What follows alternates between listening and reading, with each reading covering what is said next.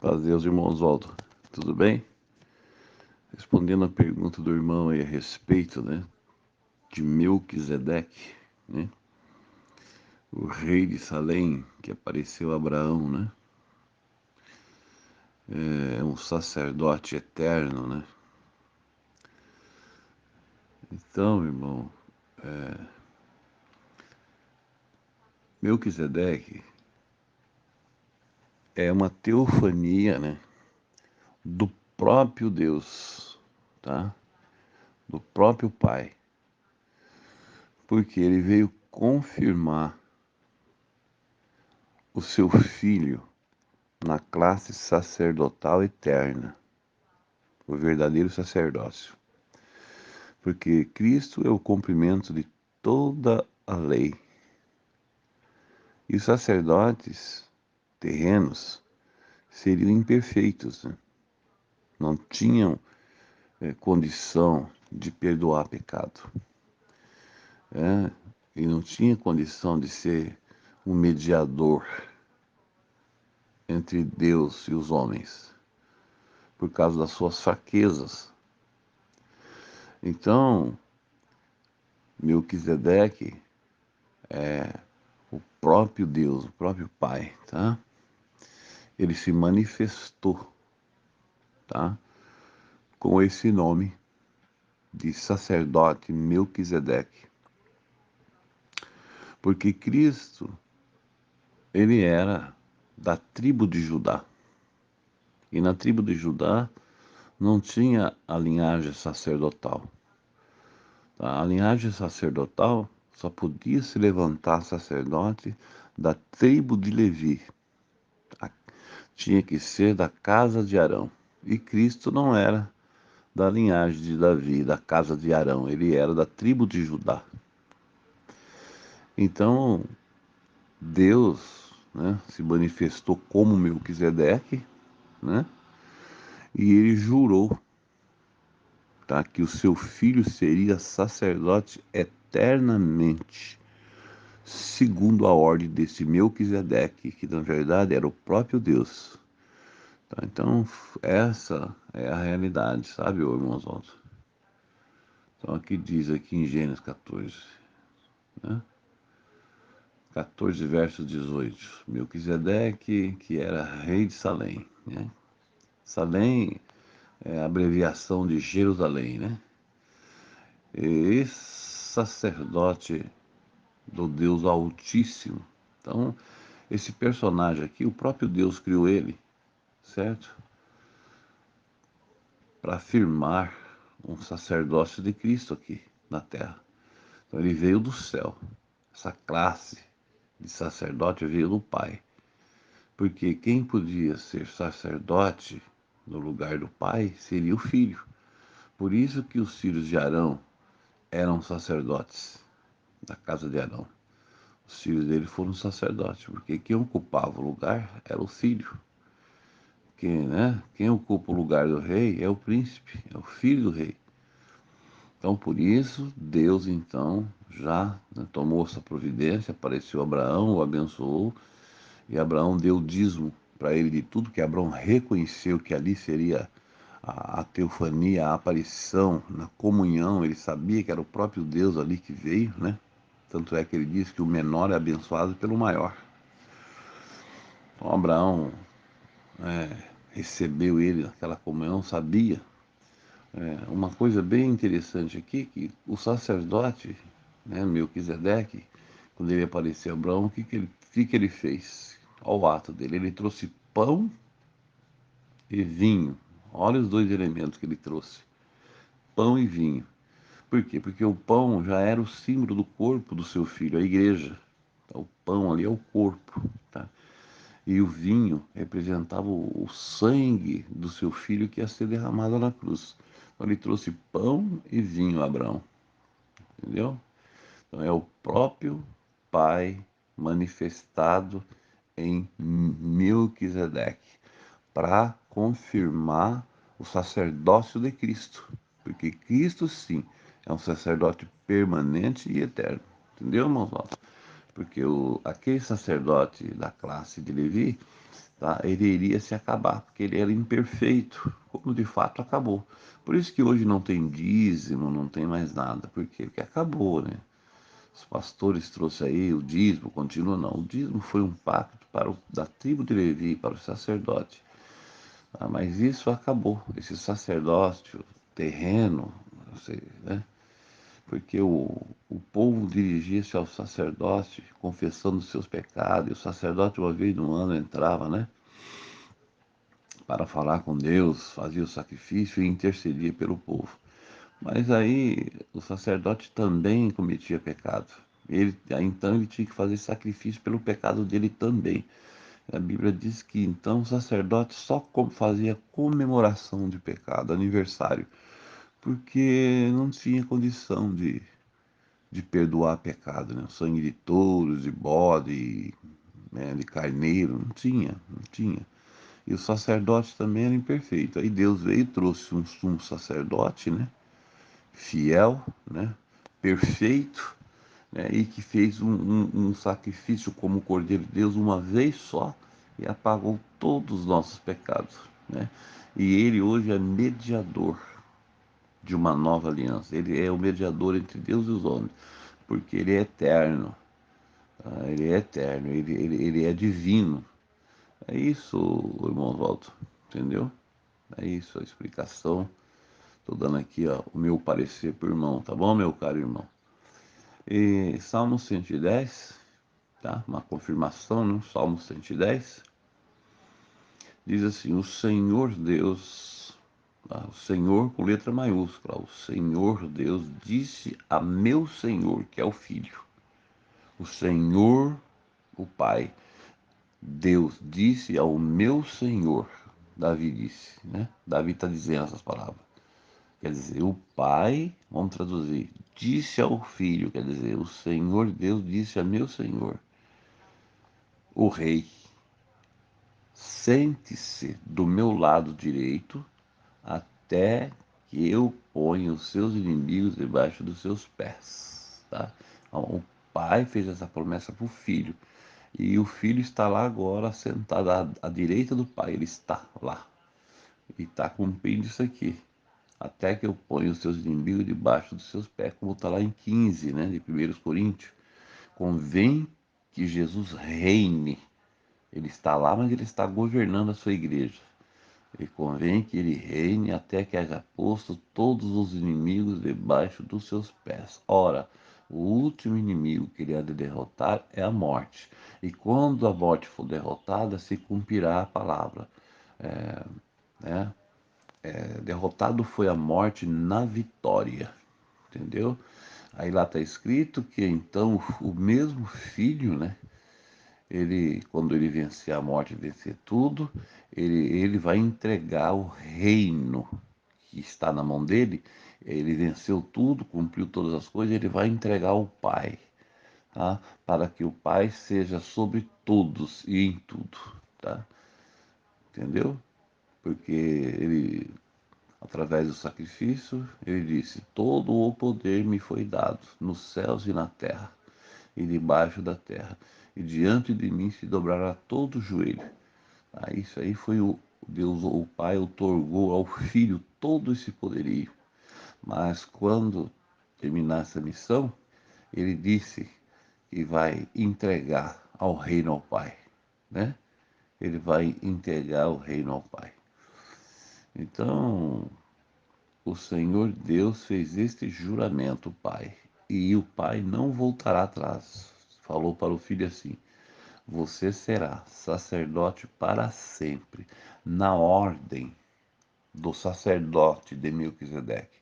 Então, o próprio Deus, né, se manifestou como esse personagem, ele criou esse personagem Melquisedeque, ele apareceu assim, ó, entendeu? Tanto é que é muito claro que nós vamos ler aqui agora, tá? Vamos lá em Hebreus capítulo 7. Está escrito assim, do verso 4 em diante. Veja como Melquisedeque era grande. Abraão, o patriarca, lhe deu a 10ª parte de tudo, que é o dízimo, né? o que havia tomado dos inimigos na guerra. Não há dúvida, olha aqui a palavra, não há dúvida de que aquele que abençoa é mais importante. Ele é maior, o que abençoa é mais importante do que aquele que é abençoado, né? Então, lógico, Melquisedeque era o próprio personagem, era a manifestação de Deus como Melquisedeque. Abraão sabia. No caso dos sacerdotes, aí vai explicar sobre os sacerdotes terrenos. No caso dos sacerdotes, a 10ª parte é recebida por homens que um dia vão morrer. Olha a diferença. São mortais, são meros mortais. Eram sacerdote e tudo, mas eram mortais, eram pecadores também. Então aqui diz, no caso dos sacerdotes, a 10ª parte é recebida por homens que um dia vão morrer. Mas no caso de Melquisedeque, como dizem as escrituras sagradas, a 10ª parte, quer dizer, o dízimo, que é a 10ª parte, né, que foi recebida por Abraão, né, na verdade, ele continua vivo, porque era o próprio Deus. Então é muito mais importante tanto o sacerdote, né, porque Abraão deu dízimo para uma pessoa que não morre, ele é eterno. O sacerdote de Melquisedeque é eterno e é uma classe sacerdotal eterna que tem condição de perdoar os nossos pecados, definitivamente, né? Então está mostrando aqui a diferença. Verso 11: a lei que o povo de Israel recebeu se baseava no sacerdócio da tribo de Levi, dos levitas. Ora, se o trabalho dos sacerdotes levitas tivesse sido perfeito, tá vendo? Se fosse perfeito, não haveria necessidade de aparecer outro tipo de sacerdote. Então, esse tipo de sacerdote foi a própria manifestação que Deus se manifestou como Melquisedeque. Tá? É um tipo de sacerdote definitivo, eterno, santo, né? Divino, é diferente. Então fala, não haveria necessidade de aparecer outro tipo de sacerdote da ordem do sacerdócio de Melquisedeque.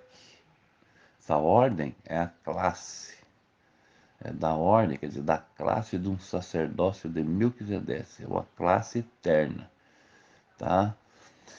E não da ordem da classe dos sacerdotes de Arão, né? Porque foram imperfeitos, eram terreno. E tudo isso se torna bem mais claro, pois surgiu um sacerdote diferente. E outra coisa, ó, interessante, parecido com Melquisedeque, né? Parecido com Melquisedeque, que é Cristo. Ele não foi sacerdote pelas leis e regras humanas, Cristo, né? Porém, ele se tornou sacerdote por meio do poder de uma vida que não tem fim, é infinita, é eterna. É, por isso é lá que diz assim, ó, o primeiro Adão é, é terreno. O segundo Adão, que é Cristo, ele é do céu. O primeiro Adão, ele foi feito um ser vivente, né? Uma alma vivente, um ser vivente. Mas o segundo Adão, que é do céu, ele não é um ser vivente, ele é um espírito vivificante. É diferente, é o que dá a vida. Entendeu, irmãos altos?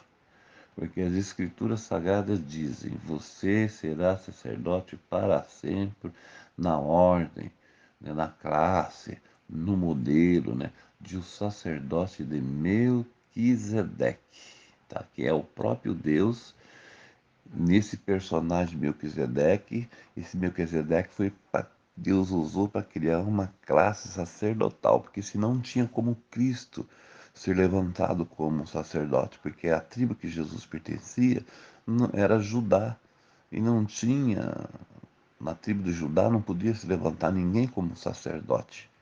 Então, o próprio Deus trouxe uma classe sacerdotal para que Cristo fosse levantado, para sempre e eterno. Assim, a regra antiga foi anulada, tá vendo? Assim, a regra antiga foi anulada. Por isso que hoje né, vamos dizer aí, o catolicismo segue a regra sacerdotal, na verdade, tem os sacerdotes, com aquelas túnicas, segue aqueles modelos antigos, segue tudo errado porque foi anulada, não existe mais. Assim a regra antiga foi anulada. Tem mais aqueles sacrifícios, os dízimos, e todo aquele movimento, aquele modelo, acabou, foi anulado. Uma coisa que é anulada, terminou. Assim a regra antiga foi anulada. Por que foi anulada? Porque era fraca, porque era inútil. Porém, houve um juramento quando Jesus se tornou sacerdote, pois Deus lhe disse: O Senhor jurou e não voltará atrás. E disse: Você será sacerdote para sempre. Portanto, essa diferença também faz com Jesus.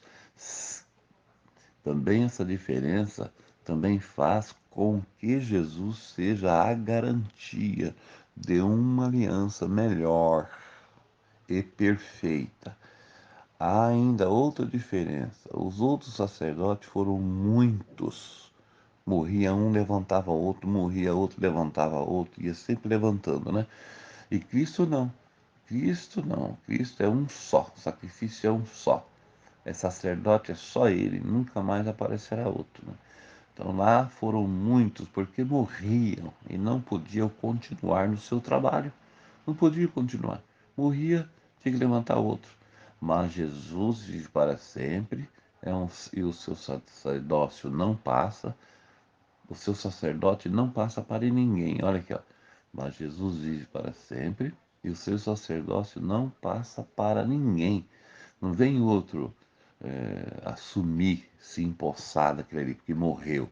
O Jesus não, né? Jesus está vivo, então, mas Jesus vive para sempre, o seu sacerdócio não passa para ninguém. E por isso ele pode hoje e sempre salvar as pessoas que vão a Deus por meio dele, porque Jesus vive para sempre, a fim de pedir a Deus em favor delas. Ele é o mediador, ele é o advogado, ele não morre, ele tem poder para perdoar o pecado. É diferente, né? Por isso, Jesus é o grande sacerdote de que necessitamos. Ele é perfeito, ele não tem nenhum pecado ou falha, tá vendo? Por isso que tem força. Esse sacerdote é permanente, porque ele não tem falha. Ele foi separado dos pecadores e elevado acima nos céus. A lei de Moisés escolheu homens que são imperfeitos para serem grandes sacerdotes. Olha a diferença. Escolheu imperfeitos para serem grandes sacerdotes, né? Mas Deus escolheu Jesus perfeito, o verdadeiro homem e verdadeiro Deus, né, para ser grande sacerdote. Esse sim é grande, ele é perfeito, é eterno, né? Mas pela promessa feita com juramento, a qual veio depois da lei de Moisés, Deus escolhe o seu filho, que se tornou perfeito para sempre. Entendeu, irmãos Alves? É isso que eu entendo, segundo o que as escrituras dizem. E estou passando aqui por mão aqui, estou dando aqui o meu parecer, tá bom? Deus abençoe, fica com Deus.